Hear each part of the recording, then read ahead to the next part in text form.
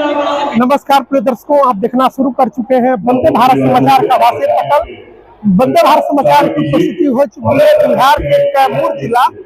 बिहार के मुख्यमंत्री श्री नीतीश कुमार के समृद्धि यात्रा में, और आप देख सकते हैं कि मंच पे जो उपस्थित है तो पूर्व मंत्री संतोष सिंह जी, पूर्व विधायक अशोक सिंह जी, वर्तमान विधायक मोहनिया संगीता कुमारी जी और जिला के जो भी जिला अध्यक्ष पार्टियों के वो कहे तो मनोज जायसवाल जी, अजय पटेल जी और साथ ही साथ में यहाँ योगेश चौबे जी। और आप देख सकते हैं कि किस तरीके से माननीय मुख्यमंत्री का भाषण सुनने के लिए जो जनसंवाद है उनका जनसंवाद में भाग लेने के लिए किस तरीके से एक हुजूम इकट्ठा हुआ है। और आप मेरे पीछे देख सकते हैं किस प्रकार से लोगों का एक हुजूम है।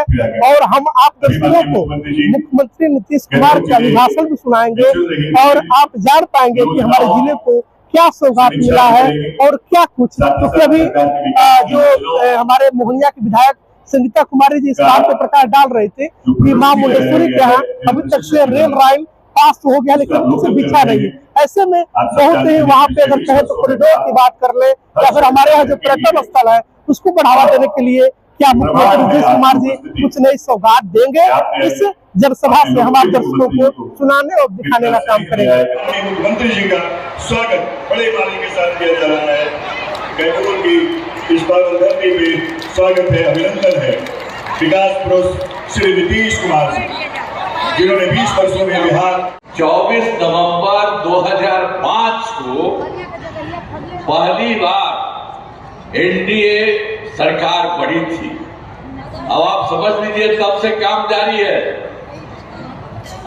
तब से राज्य में कानून का राज है और लगातार विकास के काम में हम लोग लगे हुए हैं।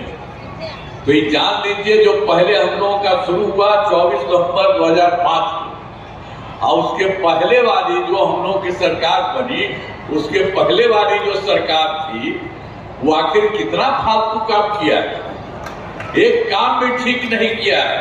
आप जान लीजिए पहले क्या याद है ना, पहले क्या थे, पहले बहुत बुरा हाल था। देख लीजिए, जान लीजिए, लोग शाम के बाद घर से बाहर नहीं निकलते थे। उस सबको कह दिया था कि शाम को घर में बाहर रहिए, बाहर नहीं निकलिए। अभी कोई तरीका है? आप बताइए, सब लोग बाहर निकलता है और बाहर जाता है। हम लोग भी जो केंद्र में रहते थे और जब अपने इलाके में जाते थे तो देखते ही थे शाम कभी जाने के लिए कि शाम का सबका घर बंद है। और हम तो कभी कभी दोनों हाथ लगा करके उन लोगों के सामने तब लोग करके बाहर आता था, मिलते थे। लेकिन कैसा है, आज तक जब से सरकार बनी है तब से कहीं बना है, लेकिन उन लोगों ने ही काम किया। शाम के बाद घर से बाहर नहीं निकलते थे लोग। अब समाज में कितना विवाद होता था, कितना हिंदू मुस्लिम झगड़ा होता था उन्हीं लोगों के टाइम में। पढ़ाई का क्या हाल था, बहुत कम बच्चे पढ़ते थे, बहुत कम पढ़ाई होती थी। अब पहले इलाज का पूरा इंतजाम नहीं था, सड़कें बहुत कम थी और जो थी उनका बुरा हाल था।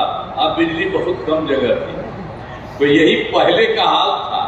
और जो गड़बड़ किया और उसी के बाद से हम लोगों की सरकार बनी तो सबके लिए आगे बढ़ाने का और एक एक काम हम लोगों ने किया। शुरू से ही बिहार के विकास का काम हो रहा है। अब किसी प्रकार के डर एवं भय का वातावरण नहीं, राज्य में प्रेम, भाईचारा, शांति का माहौल है।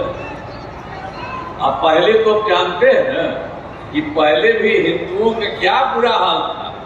वो तो बहुत मांग करता था, कुछ नहीं होता था। तो हम लोग तो देखते रहते।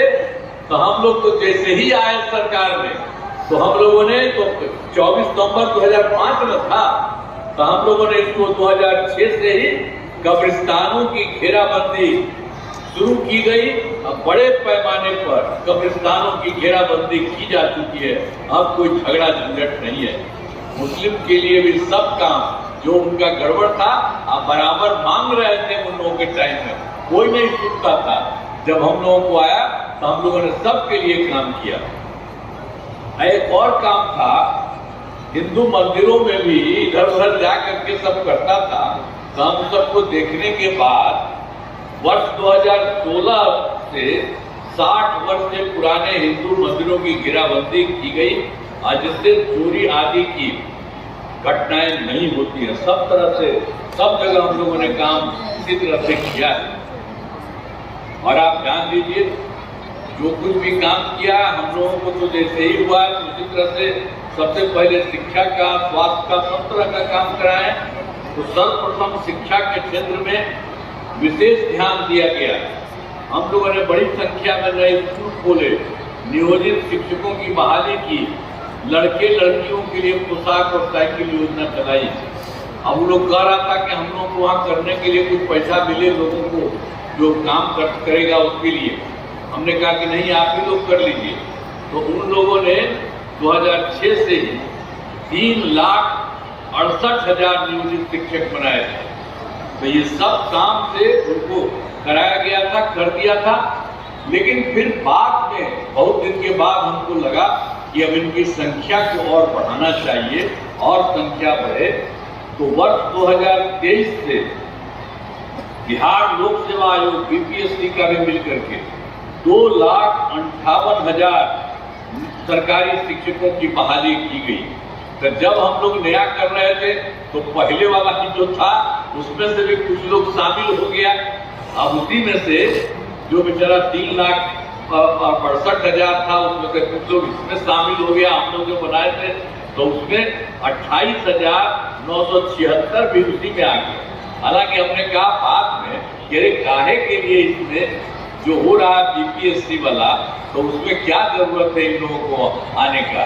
तब हम लोगों ने बाद में तय कर दिया कि फिर तय किया 2017 से 2023 तक तीसरा और अभी चौथा हो रहा है 2024 से 29 तक। तो देखिए जितना काम शुरू में 8 से 12 तक, 12 से 17 तक, 17 से 30 तक, इस सब का भी बहुत अच्छा काम हुआ। सब कुछ तीसरी कृषि रोड मैप के तहत योजना चलाई गई, जिसमें अनाज, फल, सब्जी, दूध, अंडा, मांस, मछली उत्पादन काफी बढ़ गया। अब मछली का उत्पादन 2.5 गुना से अधिक हो गया, जिससे मछली के उत्पादन में बिहार आत्मनिर्भर हो गया। निर्माण करा दिया गया है। भभुआ जिले में अनेक पुलों एवं पथों का निर्माण कराया गया है। आरा, मोहनिया पथ का 4 लेन पथ का निर्माण कराया गया है। इंजीनियरिंग कॉलेज एवं पॉलिटेक्निक संस्थान की स्थापना की गई है। महिला आईटीआई एवं सभी अनुमंडलों में आईटीआई की स्थापना की गई है। सदर अस्पताल जीवन आसान निश्चय के साथ कठिनाइयों को दूर कर लोगों के लिए सरकारी सुविधाएं प्राप्त करना आसान बनाया जाएगा। तो आपके लिए ये सब काम किया जाएगा। तो एक एक बात आपको बता रहे, समझ रहे ना, एक एक तरह से काम हो रहा है। अभी ध्यान दीजिए, इन कामों से जिले का पूरे तौर पर विकास होगा। केंद्र सरकार का भी पूरा सहयोग मिल रहा है। केंद्र सरकार का अब बिहार बहुत आगे बढ़ेगा और देश के विकसित राज्यों में शामिल होगा। ये पूरे बिहार का भी होगा।